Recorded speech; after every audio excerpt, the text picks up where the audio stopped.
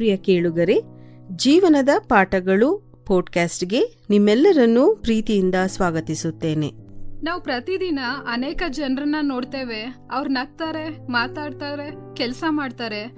ಆದ್ರೆ ಅವರ ಒಳಗೆ ಏನ್ ನಡೀತಾ ಇದೆ ಅಂತ ನಮ್ಗೆ ಗೊತ್ತಾಗೋದಿಲ್ಲ. ಹೊರಗೆ ನಗುವಂತ ಉದ್ಯೋಗಿ ಒಳಗೆ ಆತಂಕದಲ್ಲಿರ್ತಾನೆ. ಯಶಸ್ವಿ ವಿದ್ಯಾರ್ಥಿ ಒಳಗೆ ಭಯದಲ್ಲಿರ್ತಾನೆ. ಕುಟುಂಬವನ್ನ ಹೊರುವಂತ ತಾಯಿ ಒಳಗೆ ನೋವನ್ನ ಅನುಭವಿಸ್ತಾ ಇರ್ತಾಳೆ. ನಾಯಕ ಒಳಗೆ ಏಕಾಂತದಲ್ಲಿರ್ತಾನೆ. ಎಲ್ಲಾ ಗಾಯಗಳು ರಕ್ತ ಹರಿಯೋದಿಲ್ಲ, ಎಲ್ಲಾ ನೋವುಗಳು ಶಬ್ದ ಮಾಡೋದಿಲ್ಲ. ಕೆಲವು ಹೋರಾಟಗಳು ಮೌನವಾಗಿರ್ತವೆ. ಫ್ರೆಂಡ್ಸ್, ಮೌನ ಹೋರಾಟಗಳಂದ್ರೆ ಏನು ಅಂತ ಹೇಳಿ ನೋಡೋಣ.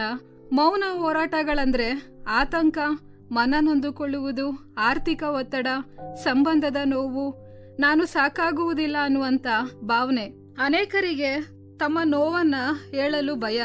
ಜನರು ಏನ್ ಅನ್ಕೊಳ್ತಾರೋ, ನನ್ನನ್ನ ದುರ್ಬಲನಾಗಿ ನೋಡ್ತಾರೆ, ಯಾರಿಗೂ ಸಮಯ ಇಲ್ಲ ಅಂತ ಯೋಚನೆ ಬರ್ತದೆ. ಆದ್ರೆ ಮೌನ ಅಂದ್ರೆ ಬಲ ಅಲ್ಲ. ಕೆಲವೊಮ್ಮೆ ಮೌನ ಅಂದ್ರೆ ಅದು ದಣಿವಾಗಿರ್ತದೆ. ಫ್ರೆಂಡ್ಸ್, ಒಬ್ಬ ಯುವ IT ಉದ್ಯೋಗಿ ಇದ್ದ. ಅವನು ಯಾವಾಗ್ಲೂ ಆಫೀಸಲ್ಲಿ ನಗ್ತಾ ಇರ್ತಾ ಇದ್ದ, ಎಲ್ಲರಿಗೂ ಸಹಾಯ ಮಾಡ್ತಾ ಇದ್ದ, ಎಲ್ಲರಿಗೂ ಪ್ರೋತ್ಸಾಹ ಕೊಡ್ತಾ ಇದ್ದ. ಒಂದು ದಿನ ಅವನ್ ಕೆಲಸ ಬಿಡ್ತಾನೆ. ನಂತರ ಅವನ ಸ್ನೇಹಿತರಿಗೆ ಗೊತ್ತಾಗ್ತದೆ ಅವನು ಸಾಲದ ಒತ್ತಡದಲ್ಲಿದ್ದ, ಮನೆ ಜವಾಬ್ದಾರಿ ಅವನ ಮೇಲಿತ್ತು, ರಾತ್ರಿ ನಿದ್ದೆ ಇರಲಿಲ್ಲ, ಆತಂಕದ ದಾಳಿಗಳು ಬರ್ತಾ ಇದ್ವು ಎಂಬುದಾಗಿ. ಆದ್ರೂ ಪ್ರತಿದಿನ ಬೆಳಿಗ್ಗೆ ಅವನು ನಗುವಂತ ಮುಖ ಹಾಕಿಕೊಂಡು ಕೆಲ್ಸಕ್ಕೆ ಹೋಗ್ತಾ ಇದ್ದ. ಅವನನ್ನ ಕೇಳಿದಾಗ ಯಾಕೆ ಯಾರಿಗೂ ಹೇಳಿಲ್ಲ.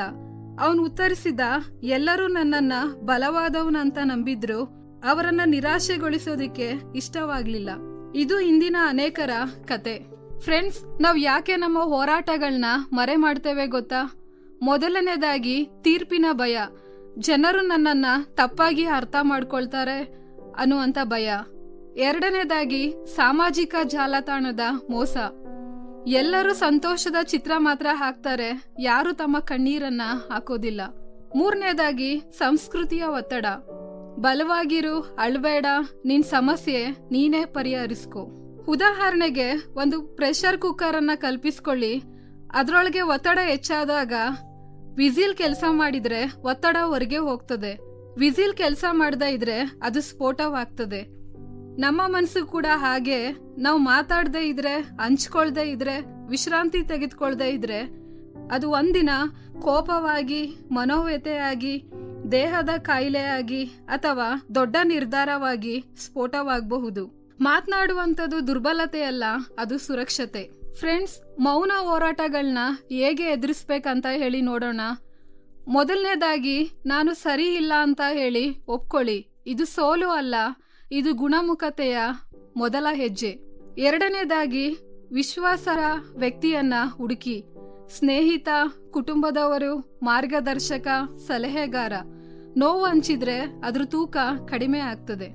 ಮೂರನೇದಾಗಿ, ಮನಸ್ಸಿನ ಆರೈಕೆ ಮಾಡಿಕೊಳ್ಳಿ. ನಾವು ಪ್ರತಿದಿನ ಸ್ನಾನ ಮಾಡ್ತೇವೆ, ಆದ್ರೆ ನಮ್ಮ ಮನಸ್ಸನ್ನ ಶುದ್ಧಗೊಳಿಸ್ತೇವಾ?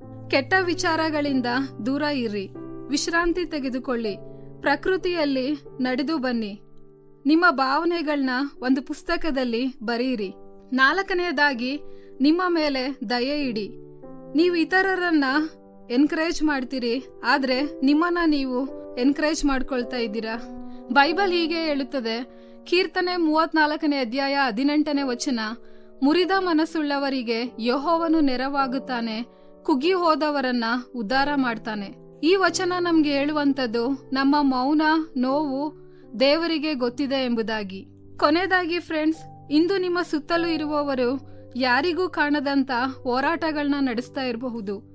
ಆದ್ದರಿಂದ ತೀರ್ಪು ಕೊಡಬೇಡಿ, ದಯೆಯಿಂದ ವರ್ತಿಸಿ, ಸಹಾನುಭೂತಿ ತೋರಿಸಿ. ಮತ್ತು ನೀವು ಮೌನವಾಗಿ ಹೋರಾಟ ಮಾಡ್ತಾ ಇದ್ರೆ ನೀವು ಒಬ್ಬರಲ್ಲ, ನಿಮ್ಮ ನೋವು ನಿಜ, ನಿಮ್ಮ ಜೀವನ ಅಮೂಲ್ಯ ಎಂಬುದಾಗಿ ಹೇಳಿ. ಬಲವಾದವರು ಅಂದ್ರೆ ಅವ್ರೆಂದಿಗೂ ಅಳದವರಂತ ಅಲ್ಲ, ಅವರ ಅಗತ್ಯವಾದಾಗ ಸಹಾಯ ಕೇಳುವವರು ಎಂಬುದಾಗಿ. ಈ ಕಾರ್ಯಕ್ರಮದ ಬಗ್ಗೆ ನಿಮ್ಮ ಅಭಿಪ್ರಾಯ, ಸಲಹೆಗಳು ಹಾಗೂ ಯಾವುದೇ ಪ್ರಾರ್ಥನಾ ಮನವಿಗಳಿದ್ದಲ್ಲಿ ನಮ್ಮ ದೂರವಾಣಿ ಸಂಖ್ಯೆಗೆ ನೀವು ಕರೆ ಮಾಡಬಹುದು. ನಮ್ಮ ದೂರವಾಣಿ ಸಂಖ್ಯೆ 9902606453. ನಿಮ್ಮ ಅಭಿಪ್ರಾಯಗಳನ್ನು ಇಮೇಲ್ ಮೂಲಕವೂ ನಮಗೆ ತಿಳಿಸಬಹುದು. ನಮ್ಮ ಇಮೇಲ್ ID info@fibaonline.org. ವಂದನೆಗಳು.